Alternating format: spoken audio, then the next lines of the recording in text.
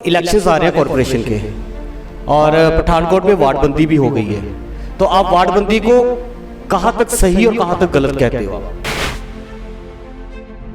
ऐसा है कि वार्डबंदी को लेकर मुझे लगता है कि कांग्रेस को खुद भी स्थिति स्पष्ट नहीं है। 4-5 लोग जिन लोगों ने भी वार्डबंदी की है उन्होंने अपना ही ध्यान रखा है। कोर्ट के अंदर भारतीय जनता पार्टी जा रही है, इसको चैलेंज किया जाएगा। लकीरें जिधर से मर्जी लगा लें, वोट तो पठानकोट के लोगों को देना है और पठानकोट के लोगों को पता है कि वोट किसको देना है। पिछले 4 साल से राजनीतिक मर्यादाओं को चूर किया जा रहा है। पठानकोट के विधायक 50, 60, 70 लोगों को लेकर रोज सोशल डिस्टेंस की धज्जियां उड़ाते हुए दिखते हैं, उनके ऊपर पर्चा कोई नहीं। हमारा केवल इतना कहना, हम पे पर्चा बना के रखो, लेकिन इन लोगों पे पर्चा कब करेगा प्रशासन? कांग्रेस के बड़े नेताओं का भी अपनी सरकार के अंदर विश्वास नहीं है। आज पठानकोट की जनता सड़कों के अंदर लाइट, जो एलईडी लाइट लगी है, इसको देखती है। एमएलए साहब अपनी पीठ भी तपतपाते हैं। मेरा उनसे प्रश्न है, ये एलईडी किसकी देन है? ये मोदी सरकार का पैसा लग रहा है। मेरे समय पठानकोट को अमृत योजना के तहत लाया गया था।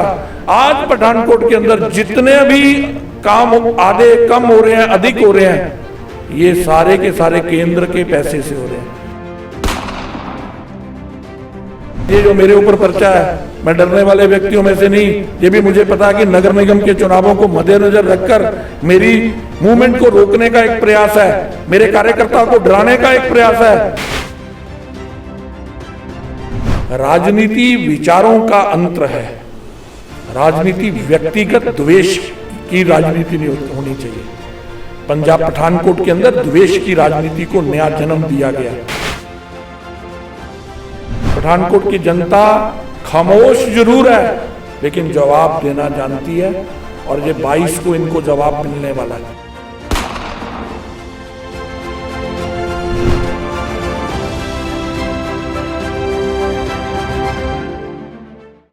नमस्कार, मैं हूं नीरज ठाकुर और आप देख रहे हैं केआरटी न्यूज़। आज मेरे साथ भाजपा के पंजाब प्रदेश अध्यक्ष अश्विनी शर्मा जी मौजूद हैं। आज हम पठानकोट और पंजाब की राजनीति के ऊपर इनके साथ चर्चा करेंगे। सबसे पहले मैं आपका स्वागत करता हूं अश्विनी जी। धन्यवाद जी आपका। शर्मा जी, अब इलेक्शंस आ रहे हैं कॉरपोरेशन के और पठानकोट में वार्डबंदी भी हो गई है, तो आप वार्डबंदी को कहां तक सही और कहां तक गलत कहते हो आप? ऐसा है कि वार्डबंदी को लेकर मुझे लगता है कि कांग्रेस को खुद भी स्थिति स्पष्ट नहीं है। अपने 4-5 नेताओं को खुश करने के चक्कर में वार्डबंदी में जो वार्ड जनरल होने चाहिए थे वो एससी कर दिए गए, और यहाँ एससी पॉपुलेशन बहुत ज़्यादा है। मैं उदाहरण देता हूँ कि सैली कुलियाँ वाला वार्ड जो है वहाँ 80% एससी आबादी है, और बंटी का वार्ड जो है वहाँ पर 80% स्वर्ण आबादी है। बंटी के वार्ड को एससी कर दिया, विशव के वार्ड को जनरल कर दिया। इसी से पता चलता है कि किस प्रकार की ये वार्डबंदी हुई है। फिर वार्डों कोई सीक्वेंस कोई नहीं है, और मुझे लगता है कि 4-5 लोग जिन लोगों ने भी वार्डबंदी की है उन्होंने अपना ही ध्यान रखा है। और मैं कल से सुन रहा हूँ कि कांग्रेस के कुछ लोगों में भी रोष है। ये वार्डबंदी किस तरीके से की है, कोर्ट के अंदर भारतीय जनता पार्टी जा रही है, इसको चैलेंज किया जाएगा। विशेष करके एससी और जो जनरल वार्ड बनने होते हैं वो पॉपुलेशन के आधार पर बनते हैं, और पॉपुलेशन पहले जो 10 वार्ड पॉपुलेशन में एससी अधिक होंगे, सबसे अधिक, उससे कम, उससे कम, उससे कम, उसी रेशो के अंदर नीचे आना पड़ता है। लेकिन इन्होंने मनमर्जी की है। यहाँ एससी आबादी नहीं है, उनको जनरल कर दिया, एससी कर दिया, और जहां जनरल आबादी है उनको एससी कर दिया। इससे मुझे लगता है कि अनियमितताएं रही हैं अनेक प्रकार की, और हम लोग कोर्ट की और अपने अधिकार का प्रयोग जरूर करेंगे। लेकिन एक बात और कहूँगा, जनता पठानकोट की है, लकीरें जिधर से मर्जी लगा लें, वोट तो पठानकोट के लोगों को देना है, और पठानकोट के लोगों को पता है कि वोट किसको देना है। शर्मा जी, अभी 2 दिन पहले एक बहुत चर्चा का विषय बना था कि पंजाब प्रधान के अगेंस्ट एफआईआर दर्ज करवा दी गई है और उनके कुछ साथियों को। आप इसके ऊपर, ये जो आपके ऊपर एफआईआर हुई थी, ये क्या राजनीतिक लड़ाई थी या फिर पर्सनली कुछ लेके एफआईआर दर्ज हुई आपके अगेंस्ट? ऐसा है कि मर्यादाएं पठानकोट में पिछले 4 साल से टूट रही हैं। पठानकोट इतना खूबसूरत शहर था कि 15 दिन की वोटों की राजनीति होती थी, उसके बाद सब सामान्य रहता था। लेकिन पिछले 4 साल से राजनीतिक मर्यादाओं को चूर किया जा रहा है। यहाँ तक मेरे ऊपर कोविड-19 के तहत पर्चा जो इन्होंने दाखिल किया, वो पूरी तरह से राजनीति से प्रेरित था। और क्योंकि पिछले 3-4 महीने से भारतीय जनता पार्टी पंजाब के अंदर माइनिंग माफिया को लेकर, शराब माफिया को लेकर, बीज घोटाले को लेकर, दलित बच्चों का जो वजीफा इन लोगों ने घपला किया है 64 करोड़ रुपए का, इसको लेकर बहुत मुखर थी और हमारे प्रदर्शन पूरे पंजाब भर में हो रहे थे। मुझे लगता है कि विपक्ष की आवाज़ को दबाने के लिए ये कार्य किया गया, और लेकिन इससे हमारी आवाज़ बंद होने वाली नहीं है। लेकिन प्रश्न यहाँ ये पैदा होता है कि निजम 2 नहीं हो सकते। भारतीय जनता पार्टी के अध्यक्ष के लिए एक निजम, मुझे राजनीतिक अधिकार है पंजाब के किसी भी कोने में जाने का, अपने कार्यकर्ताओं को मिलने का। कोरोना के तहत हम लोगों ने जितना सेवा कार्य पिछले दिनी किया और सोशल डिस्टेंस का ध्यान रखकर किया, फेस कवर लगाकर किया, सैनिटाइजर बांटते हुए हम लोग दिखे। कांग्रेस के लोग और कांग्रेस के नेता और कांग्रेस की सरकार अमरेंद्र अज्ञातवास में रहे। वैसे तो वो पिछले 4 साल से अज्ञातवास में है, तो अभी एकांतवास में चल रहे हैं वो। इनके मंत्री कहीं दिखे नहीं, लोगों को उनका हालचाल नहीं पूछा। इनके भरोसे हम छोड़ नहीं सकते थे। हम लोग जनता के बीच में रहे, सोशल डिस्टेंस का पालन किया, और ये जो पर्चा दाखिल किया है, मैं अपने कार्यकर्ताओं को मिलने के लिए हर वार्ड में जा रहा हूँ, अभी भी जा रहा हूँ। उसमें सोशल डिस्टेंस का हम लोग ध्यान रख रहे हैं, 20-25 कार्यकर्ताओं को मिलते हैं। बात यहाँ ये है कि कांग्रेस के अध्यक्ष गुरदासपुर में 400 लोगों की मीटिंग करते हैं, पठानकोट के विधायक 50, 60, 70 लोगों को लेकर रोज सोशल डिस्टेंस की धज्जियां उड़ाते हुए दिखते हैं। कहीं वो सड़क का सर्वे करने के लिए जाते हैं, कहीं बनी हुई सड़क के ऊपर पत्थर लगाकर उद्घाटन करते हैं पुरानी पे, उनके ऊपर पर्चा कोई नहीं। और अरुणा चौधरी इनकी मिनिस्टर अभी 4-5 दिन पहले पठानकोट आई, वहाँ सोशल डिस्टेंस कहाँ था? इन्होंने वो जो स्मार्टफोन वाला ड्रामा किया, उसका जो किया, उसमें कहाँ सोशल डिस्टेंस था? अब स्मार्ट कार्ड, राशन कार्ड के बहाने पंजाब के अंदर धज्जियां उड़ी हैं। हमारा केवल इतना कहना, हम पे पर्चा बना के रखो, लेकिन इन लोगों पे पर्चा कब करेगा प्रशासन? पठानकोट के अंदर जो धज्जियां उड़ी हैं, जो पंजाब के अंदर रोज दिन दहाड़े कांग्रेस मन मर्जी कर रही है, इन लोगों पे पर्चा कब होगा?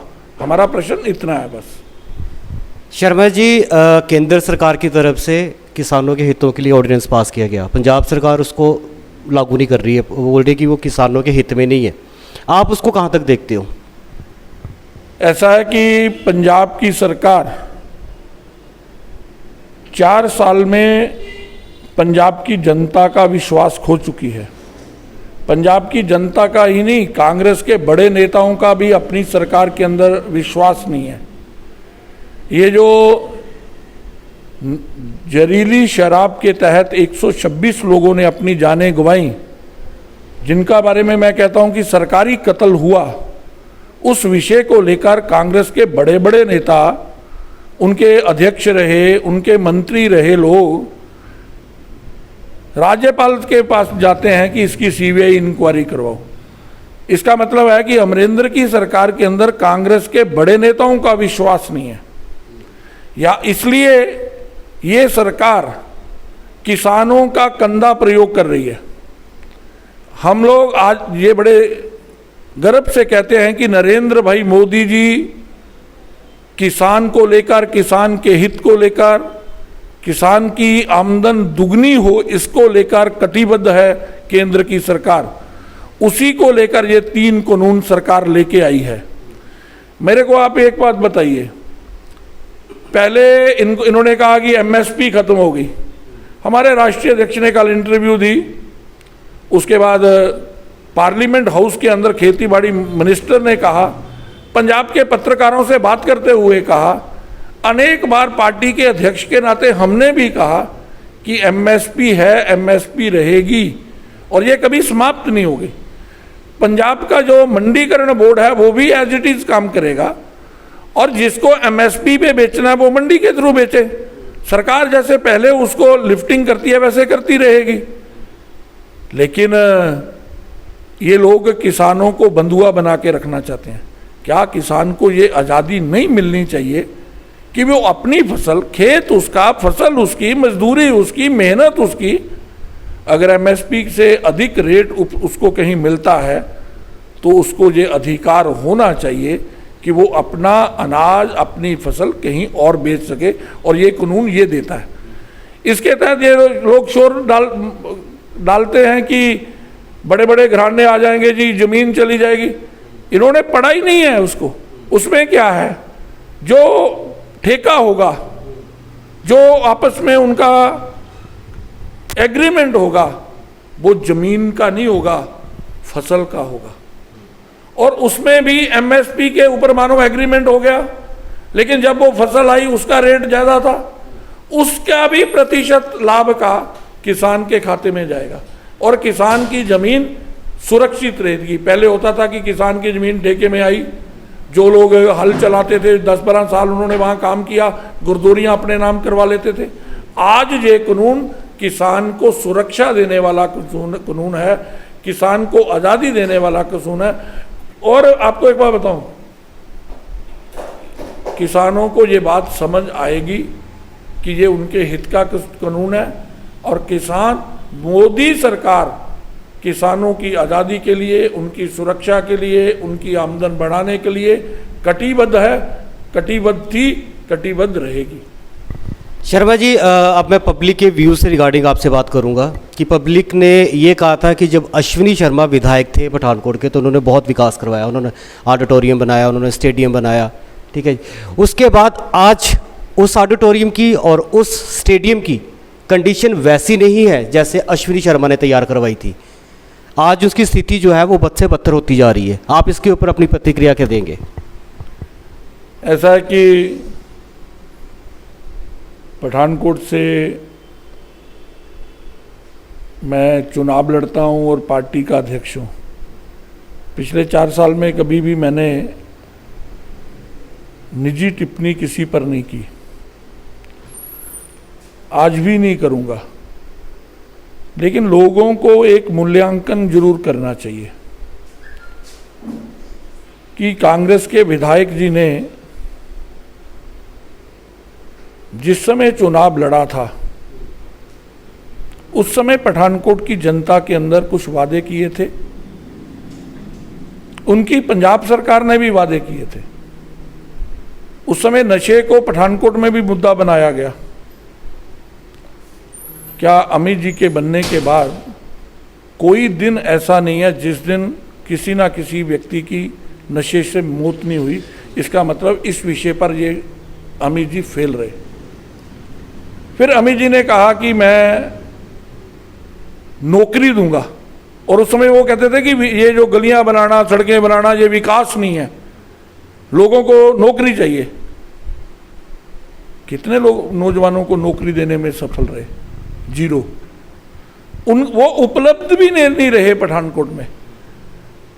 पठानकोट को 2 दिन का विधायक मिला। हम लोग चाहे पार्टी के अध्यक्ष थे, पठानकोट के बीच में लगातार रहे, लेकिन वो बीच में भी नहीं रहे। यहाँ तक एक होता है कि मैं चुनाव हार गया, लेकिन मुझे एक बात का संतोष है कि पठानकोट की जनता ने मुझे जब विधायक बनाया तो मैंने कुछ कार्य ऐसे किए जिसकी पठानकोट को बड़ी देर से इंतजार था। पठानकोट का जिला बनना, पठानकोट का कॉरपोरेशन बनना, पठानकोट के अंदर स्टेडियम को लेके आना, पठानकोट के अंदर ऑडिटोरियम का बनना, पठानकोट के अंदर मिनी सेक्रेटरीट। कोई जिला ऐसा बताओ कि गुरदासपुर इतना पुराना जिला था, उनका मिनी सेक्रेटरीट अभी बना। और मजे की बात जो है कि ये बड़े बड़े प्रोजेक्ट में अपने कार्यकाल में लेके आया और अपने कार्यकाल में इनको समाप्त करवाया। और पठानकोट के अंदर उस समय विकास को लेकर एक सबसे बड़ी लहर चली, पठानकोट को अमृत योजना के तहत लाना। आज पठानकोट की जनता सड़कों के अंदर लाइट, जो एलईडी लाइट लगी है, इसको देखती है। एमएलए साहब अपनी पीठ भी तपतपाते हैं। मेरा उनसे प्रश्न है, ये एलईडी किसकी देन है? ये मोदी सरकार का पैसा लग रहा है। मेरे समय पठानकोट को अमृत योजना के तहत लाया गया था। आज पठानकोट के अंदर जितने भी काम आधे कम हो रहे हैं, अधिक हो रहे हैं, ये सारे के सारे केंद्र के पैसे से हो रहे हैं। और उसके ये 19 ट्यूबलों का मेरे समय में 19 ट्यूबवेल मैं लेके आया, उनके टेंडर मेरे समय में हुए, आज तक ये उसको पूरा नहीं कर पाए। एमएलए साहब को जो स्टेडियम है उसकी लास्ट किस्त भी मैं लेके आया था कि उसको कंप्लीट करना है। ये लास्ट किस्त वापस चली गई, आज तक उसको नहीं लेके आ पाए। केवल और केवल इस समय पठानकोट के अंदर दुर्भावना की राजनीति हो रही है। और ये जो मेरे ऊपर पर्चा है, मैं डरने वाले व्यक्तियों में से नहीं। ये भी मुझे पता है कि नगर निगम के चुनावों को मद्देनजर रखकर मेरी मूवमेंट को रोकने का एक प्रयास है, मेरे कार्यकर्ता को डराने का एक प्रयास है। भारतीय जनता पार्टी, हम लोग संघर्ष से पैदा हुए लोग हैं। हम कोई ऊपर से हाईजैक से निकल के नहीं आए। राजनीति हमने कॉलेज के समय से शुरू की। 22 साल की उम्र में ये पठानकोट जिला बने, 10 दिन के लिए हमने हमारा नाम रखा, अपना खून पसीना एक दिया। ये पर्चे हमको डरा लेंगे, हमारी मूवमेंट को रोक देंगे? नहीं रोक सकते। ये जो इन्होंने एक षड्यंत्र किया है, ये भी इनको बहुत महंगा पड़ेगा। और जब हम लोग चुनाव लड़ रहे थे, हम पे इल्जाम लगाया जी पर्चे बहुत हुए। किस पे पर्चे हुए उस समय? लेकिन आज मैं बताता हूं, बीजेपी के जिस कार्यकर्ता को ने आवाज उठाई, इन्होंने उस पर पर्चे किए। बदले की भावना से कार्य किया 5 साल में। अभी आप पता नहीं क्यों वो अनुभव नहीं कर पाए। राजनीति विचारों का अंतर है। राजनीति व्यक्तिगत द्वेष की राजनीति नहीं होनी चाहिए। पंजाब पठानकोट के अंदर द्वेष की राजनीति को नया जन्म दिया गया।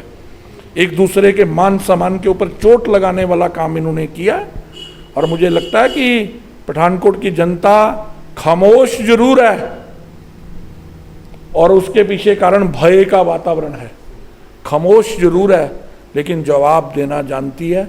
और ये 22 को इनको जवाब मिलने वाला है। ये पैसे के दम पर, जोर के दम पर, डराकर, धमकाकर, पर्चे कर कर आवाज को नहीं रोक सकते। और जनता ईश्वर का रूप होती है, जनता सब जानती है। अश्विनी जी, अब पंजाब में अब नवजोत सिंह सिद्धू का एक बहुत मुद्दा उठ रहा है कि वो पार्टी से बाहर आएंगे, शायद वो आम आदमी पार्टी में या भाजपा में चले जाएंगे। अगर वो भाजपा में आते हैं तो बीइंग एज अ प्रधान पंजाब के, आप उनका स्वागत कैसे करोगे? ऐसा भैया, पार्टी राजनीति अगर मगर के ऊपर नहीं चलती है और परसेप्शन के ऊपर राजनीति नहीं चलती है कि ये होगा तो ये होगा। लेकिन कांग्रेस को चिंता करनी चाहिए। अगर कांग्रेस के बड़े बड़े लोग कांग्रेस के अंदर घुटन महसूस करते हैं तो ये कांग्रेस का घरेलू मामला है और उनको इसकी चिंता करनी चाहिए कि जो लोग कांग्रेस के मामले में बहुत ज़्यादा आगे बढ़ चढ़ कर काम करते थे, आज उनके अंदर निराशा क्यों आई है, आज वो अपनी सरकार से उनका मोह क्यों भंग हुआ है, ये कांग्रेस का विषय है। इसलिए कांग्रेस को चिंता करनी चाहिए। प्रधान जी, 2022 में जो इलेक्शंस आएंगे तो क्या भाजपा अकालियों से अलग होकर चुनाव लड़ेगी? ऐसा कि जहाँ तक श्रोमणी अकाली दल भारतीय जनता पार्टी का सवाल है, हमारा गठबंधन पंजाब के अमन, शांति, खुशहाली के लिए है। पर पंजाब के भाईचारे का गठबंधन और बहुत पुराना गठबंधन है। और आज मेरा दायित्व है कि भारतीय जनता पार्टी को पंजाब के अंदर मजबूत करना, पंजाब के हर क्षेत्र के लोग भारतीय जनता पार्टी में अपनी पार्टी देखें और अपने संगठन के कार्य में मैं लगा हुआ हूँ।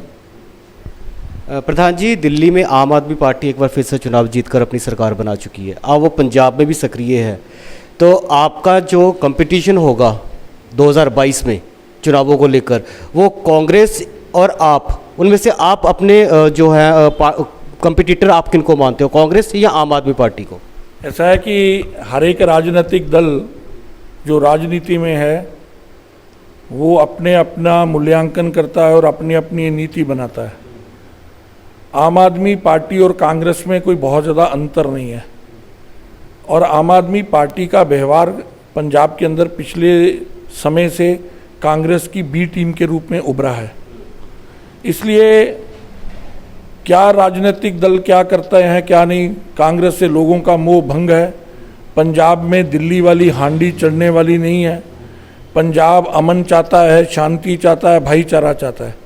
पिछले चुनाव में जिस प्रकार केजरीवाल जी पंजाब के अंदर आकर आतंकवाद के जुड़े हुए परिवार के अंदर आके रुके हैं, उससे लोगों को उनके मंसूबों का पता चल गया। इसलिए पंजाब में ये हांडी चलने वाली नहीं है। भारतीय जनता पार्टी पंजाब के अंदर अपना कार्य बढ़ाने में लगी हुई है। चुनाव 22 में है, उसकी 22 के चुनाव की बात 22 में होगी कि क्या होगा। ये तो थे पंजाब प्रदेश भाजपा पंजाब प्रदेश के अध्यक्ष अश्विनी शर्मा जी, जिन्होंने अपना कीमती समय हमें दिया और हमारे साथ पंजाब और पठानकोट की राजनीति के ऊपर चर्चा की। मैं नीरज ठाकुर, कैमरामैन नितिन सैनी के साथ KRT न्यूज़ पठानकोट।